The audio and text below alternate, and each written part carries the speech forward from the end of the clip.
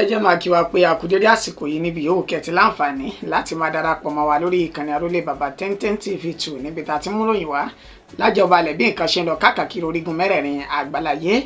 ìbòjú tẹ̀ fún òwà ojú náà ní fọ́ etí tẹ̀ fún gbọ́wọ́ etí náà ò ní di láṣẹ lọ́wọ́ Elédùmarè. Ìròyìn fún ti àsìkò yìí náà lágbálẹ̀ gbọ́dẹ̀ tá a tún mú wá sójú mọ́ máwòrán àtẹ́tí ìgbẹ̀yìn tẹ jẹ́ olólùfẹ́ wa nígbà tí orúkọ oníròyìn yín tí ò tiẹ̀ lè fìgbà kankan yí padà àyànfẹ́ Elédùmarè ọ̀hún náà ni orúkọ tèmi ń jẹ́. Mú kí wá pé a kú àmójúbà ọ̀sẹ̀ tuntun, ọ̀sẹ̀ yá sàn wá sówó àsàn wá sọmọ àtẹ̀kù tí ń ṣe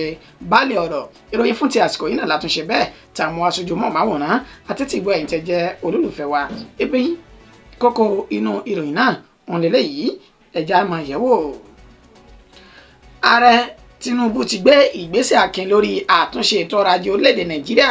Ìnira sì ti dínkù fáwọn ọmọ orílẹ̀-èdè yìí. Ọọ̀ni ti Ilé-Ifẹ̀ ló sọ èyí di mímọ̀. Ẹ má tí ì lọ sí sẹkítẹ́rìàtì báyìí o. Gómìnà ìpínlẹ̀ Ọ̀ṣun ṣe ìkìlọ̀ fáwọn alága tuntun látàrí ètò ààbò wọn. Ọwọ́ iléeṣẹ́ ọlọ́pàá ìpínlẹ̀ Èkó ti tẹ arákùnrin ẹni ọdún méjìdínlógójì tó ṣe bẹ́ẹ̀ bá ọmọ ìyàwó rẹ̀ láṣepọ̀ ìyún ọmọ ọdún 14 ní ìpínlẹ̀ ọ̀hún.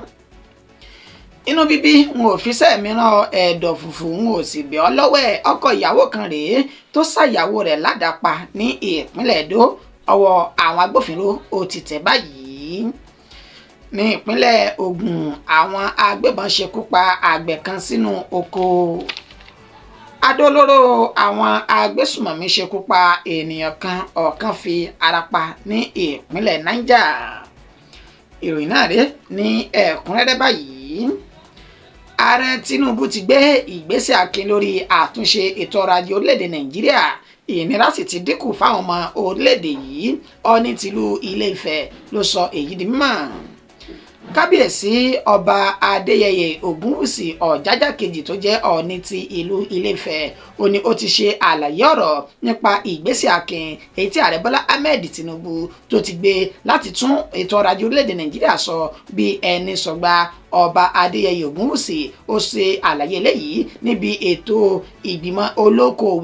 olókoòwò tí ń bẹ láàrin orílẹ̀-èdè Nàìjíríà àti orílẹ̀-èdè Kazakhstan ní èyí tó wáyé ní Àbújá ní àná òde yìí. Ibẹ̀ ni orí adé ọ̀hún ti ṣe ní àlàyé wípé ṣẹ́ẹ̀rí tá a bá ṣe àpẹẹrẹ ètò ọrọ̀ ajé orílẹ̀-èdè Nàìjíríà pẹ̀lú ìgbésẹ̀ akin tí ààrẹ Bọ́lá Ahmed Tinubu gbé nípa bí ó ṣe ṣe bẹ́ẹ̀ tún ètò ọrọ̀ ajé náà sọ bí ẹni sọgbà. Ó ní níṣe ló dàbí bàálù tó ṣe bẹ́ẹ̀ tó fẹ́ jálulẹ̀ lójijì ní ojú òfurufú, ṣùgbọ́n ẹ̀yin náà mọyì èèyàn tí yóò fi ara pa nínú bàálù ọ̀hún, àmọ́ tí Elédùmarè tó wá ṣe bẹ́ẹ̀ tó kó àwọn ènìyàn náà yọ. Ó ní bẹ́ẹ̀ gẹ́lẹ́ ó ní ìgbésẹ̀ tí ààrẹ Bọ́lá Ahmed Tinubu tó gbé lórí ètò ọrọ̀ ajé orílẹ̀-èdè Nàìjíríà. Ó ní àwọn olókoòwò ní orílẹ̀-èdè yìí àti àjọṣepọ̀ tàwọn orílẹ̀-èdè òkè òkun náà ni wọ́n ti sọ bẹ́ẹ̀ tán ti fi ẹ̀gbẹ́kẹ̀gbẹ́ báyìí látàrí ìgbésẹ̀ tí ààrẹ gbé. Ó ní kò sẹ́ni tí ó mọ̀ pé ìgbésẹ̀ tó láyàn ó ní ààrẹ Bọ́lá Ahmed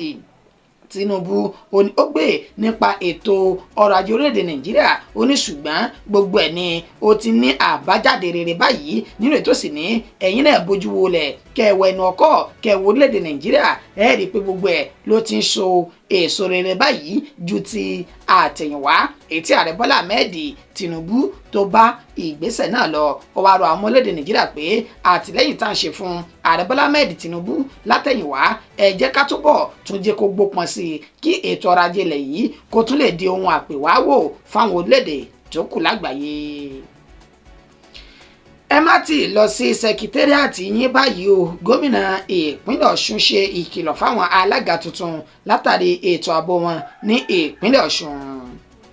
Gómìnà ní ìpínlẹ̀ Ọ̀ṣun Adémọ́lá Adélékè tó ṣe ìbúra wọlé fáwọn alága ìbílẹ̀ àti àwọn kánsẹ́lọ̀ ní ìjọba ìbílẹ̀ tí kò dín ní 30 tí ń bẹ ní ìpínlẹ̀ Ọ̀ṣun lásìkò tí ń ṣe ìbúra wọlé náà nílùú Òṣogbo tí ń ṣe ìpínlẹ̀ Ọ̀ṣun. Ibẹ̀ ló ti ṣe ní àlàyé tó sì ti kí gbogbo àwọn ènìyàn pàtàkì èyí tí ọ̀rọ̀ náà kàn ní àsìkò tó ń ṣe ìbúra wọlé ọ̀hún fáwọn ènìyàn náà. Gẹ́gẹ́ bí ìròyìn náà bó ṣe ti jáde wípé àwọn kánsẹ́lọ̀ àti àwọn alága ìbílẹ̀ tán wá láti ìjọba ìbílẹ̀ ọgbọ̀n tí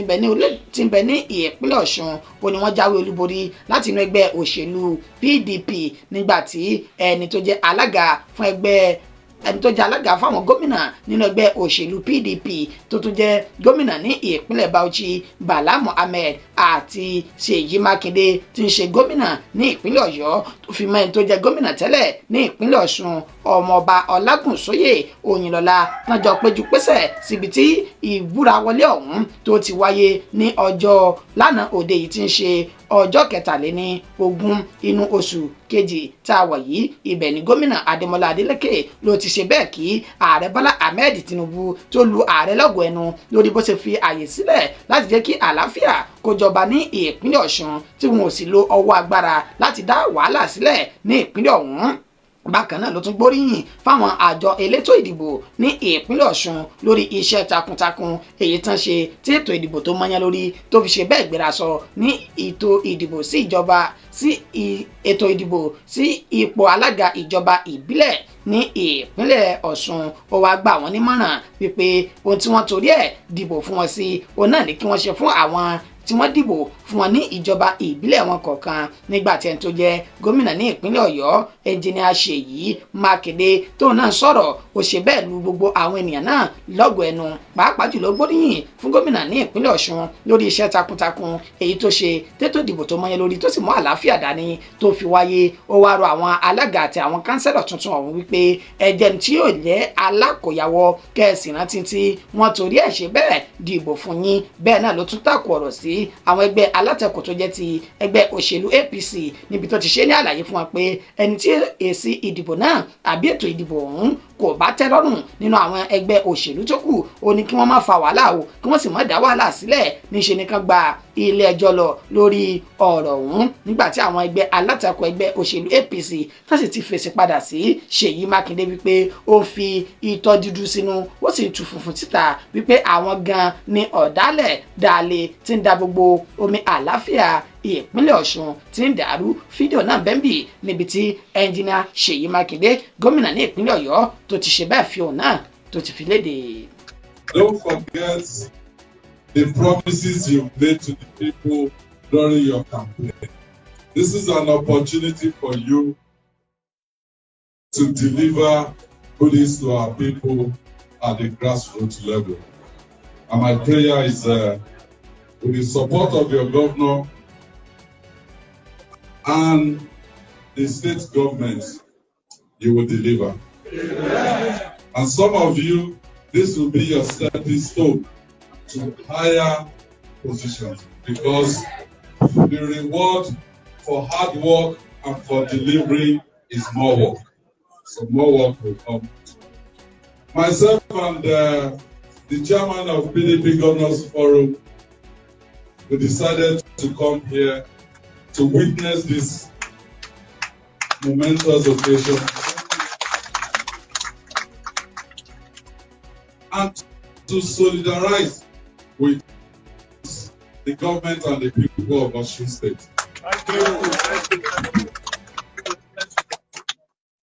Not too long ago, about a week and a half, we were in Lagos for the PDP for the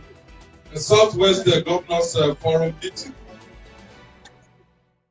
We were not of the same party. We had PDP governors from the Southwest. We also had the APC governors from the Southwest. We just want to peacefully deliver dividends to our people. And nobody should resort to self-help. Even if you have court judgments, there's a process. Let the process go through. You cannot, because you have so-called federal might. You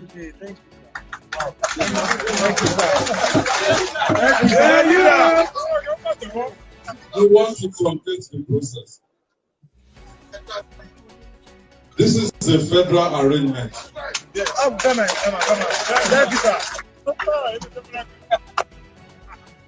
So I'll just stop here. Say congratulations. ọwọ́ iléeṣẹ́ ọlọ́pàá ní ìpínlẹ̀ Èkó ti tẹ arákùnrin ẹni ọdún méjìdínlógójì tó ṣe bẹ́ẹ̀ bá ọmọ ìyàwó rẹ̀ tó jẹ́ ọmọ ọdún 14 láṣepọ̀ ní ìpínlẹ̀ ọ̀hún. Gẹ́gẹ́ bí ìròyìn náà bí ó ṣe ti ń tẹ̀ wá lọ́wọ́ àti àlàyé tí alukoro iléeṣẹ́ ọlọ́pàá ní ìpínlẹ̀ Èkó Benjamin Hundeyin èyí tó ṣe fáwọn oníròyìn ó sọ dímọ̀ wípé arákùnrin tí wọ́n pe orúkọ rẹ̀ ní Samuel Alfred ẹni ọdún méjìdínlógójì ó ti wà ní gbàgà àtìmọ́lé báyìí lẹ́yìn tí wọ́n ní ó fi ọ̀pá pọ̀lọ̀pọ̀lọ̀ rẹ̀ ó fi ṣe bẹ́ẹ̀ náà òkun pupa ọmọ ọdún 14 tó jẹ́ ọmọ ìyàwó èyí tí ó fẹ́ ìyàwó náà ló ti bí ọmọ náà tẹ́lẹ̀ ní ilé ọkọ tó ti kó kúrò kó tó di wípé ó ṣe bẹ́ẹ̀ fẹ́ Samuel nínú èyí tó sì bá ọmọ ọ̀hún ọmọ ọdún 14 ní àṣepọ̀ nígbà tí ìwádìí tí ó pójú owó níṣe ni wọ́n ṣe ní àfihàn pé Samuel Alfred yìí nìkan òun kọ́ ni ó wu irú ìwà burúkú yìí bí kì í ṣe pé ọ̀rẹ́ rẹ̀ tí orúkọ tiẹ̀ náà ń jẹ́ Ikechukwu ó ní wọ́n jọ ń ṣe bẹ́ẹ̀ bá ọmọ ọdún 14 náà ní àṣepọ̀ nínú ètí ìyá ọmọ ọ̀hún Deborah èyí tí wọ́n gbé ní agbègbè Okoko Maiko ní ìpínlẹ̀ Èkó tàti mọ́rọ̀ náà tọ àwọn agbófinró lọ níbi tí wọ́n ti ṣe ní àlàyé pé ọmọ ọdún 14 náà ó ti ní oyún oṣù 9 gbáko fún ọkọ ìyá rẹ̀ àti ọ̀rẹ́ ọkọ ìyá rẹ̀ tí wọ́n fi ipá bá ọmọ ọdún 14 ọ̀hún ní àjọṣepọ̀ títí tó fi ní oyún oṣù 9 báyìí. Benjamin Hundeyin ó ní ó ti wà ní àtìmọ́lé nígbà tí wọ́n sì ti gbé ọ̀rọ̀ náà lọ sí agbọn àwọn tí wọ́n ń rí sí iṣẹ́ ọmọ ní ìṣekúṣe àti ìwà ìfipábániláṣepọ̀ ní ìpínlẹ̀ Èkó níbi tó ní ibẹ̀ náà ó ní yóò wà tí ó ti gbabẹ̀ dé ilé ẹjọ́ àti òun àti ọ̀rẹ́ rẹ̀ Ikechukwu tán fi tìpátìkúùkù bá ọmọ ọdún 14 ní àṣepọ̀ tó fi lóyún oṣù 9 mọ́ àwọn lọ́wọ́. Inú bíbí mi ò fi sẹ́ẹ̀ mìíràn ẹ̀dọ̀ fùfù ń ò bẹ́ ọ lọ́wọ́ ẹ̀ ọkọ ìyàwó kan rèé tó ṣe bẹ́ẹ̀ sá ìyàwó rẹ̀ ládàpá ní ìpínlẹ̀ Ẹdó ó ti wà ní gbàgà àtìmọ́lé báyìí. Arákùnrin tí wọ́n pe orúkọ tiẹ̀ ní Kelvin Izeko ẹni ọdún méjìdínlógójì òní òun náà ti wà ní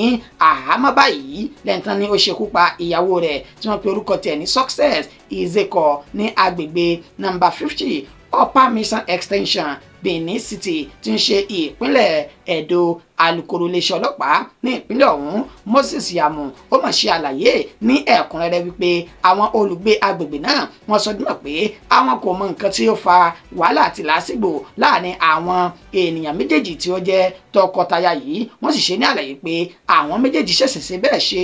ìgbéyàwó láìpẹ́ ni kó tó di wípé ọkọ Kelvin Izeko ó ṣe bẹ́ẹ̀ yọ àdá tó sì bẹ̀rẹ̀ sí ní sá ìyàwó rẹ̀ ní ìṣàkúṣà títí tí ẹ̀mí fi bọ́ ní ara rẹ̀. Nínú fídíò tí wọ́n fi léde níṣe ni wọ́n rí òkú arábìnrin náà tí wọ́n gbé sínú ọkọ̀ Hilux lẹ́yìn ọkọ̀ ọ̀hún nígbà tí àwọn ará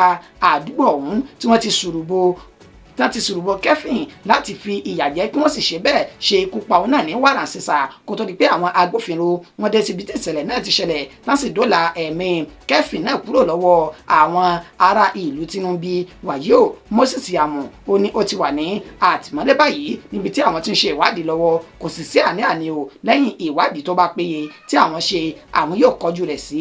ilé ẹjọ́ ni. Ìpínlẹ̀ Ògùn ó ní mo tẹ bàálù mi létí lọ báyìí tó sì ti balẹ̀ bàgẹ́ sí ìpínlẹ̀ náà níbi tí àwọn agbébọn tán ti ṣekú pa àgbẹ̀ kan sí inú oko rẹ̀ ní ìpínlẹ̀ ọ̀hún.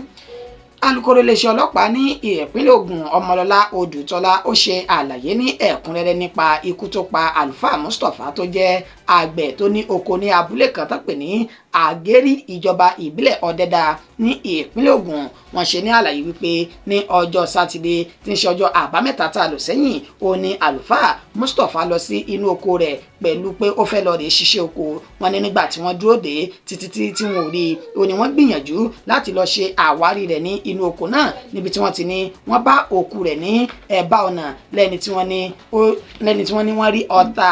ìbọn ní ara rẹ̀ tán ti ṣe ikú pa sí inú oko ọ̀hún. Gbogbo akitiyan wọn láti mọ̀rú àwọn ènìyàn tí wọ́n ṣiṣẹ́ náà wọn ló já sí pàbó ṣùgbọ́n tán ni àwọn ènìyàn náà ìlú náà wọ́n ṣe ní àlàyé pé ó ṣeé ṣe kó jẹ́ àwọn Fúlàní darandaran èyí tí wọ́n ti ń da àwọn láàmú nínú oko ọ̀hún. ó ní wọ́n tún ṣe bẹ́ẹ̀ wu ìwà burúkú náà tán ṣekú pa àlùfáà Mustapha tó jẹ́ àgbẹ̀kọ̀àbà sí inú oko rẹ̀. Àmọ́sá Ọmọlọ́lá Odùtọ́lá ni àwọn ń ṣe ìwádìí lórí ìṣẹ̀lẹ̀ náà táwọn yóò sì fi ojú oníṣẹ́ láabi náà hàn dé láìpẹ́ yìí.